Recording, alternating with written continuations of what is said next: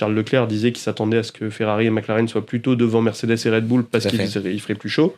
Au final, on a eu une Mercedes devant une Red Bull. C'est quand même à plus rien y comprendre. Et alors, Charles Leclerc aussi, pour apporter un petit peu plus d'éléments, Charles Leclerc a été dans la compréhension, il était dans la frustration, surtout après la course.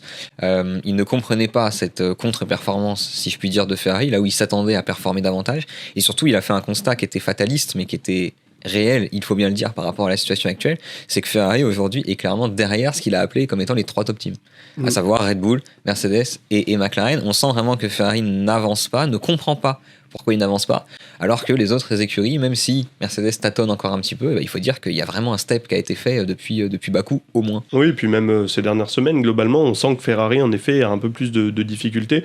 En tout cas, à la régulière, la Ferrari, c'est vraiment la 4e voiture du plateau. On peut dire peut-être un petit mot sur le week-end de Ferrari, Lucas, même si je pense que tu voudras reparler de Lewis Hamilton un peu plus tard dans l'émission. C'est ça, Hamilton, qui je trouve a fait un super week-end. C'est vraiment dommage pour sa fin de course. Mais je pense que Ferrari, dans la globalité, les 2 pilotes ont maximisé le potentiel de la voiture.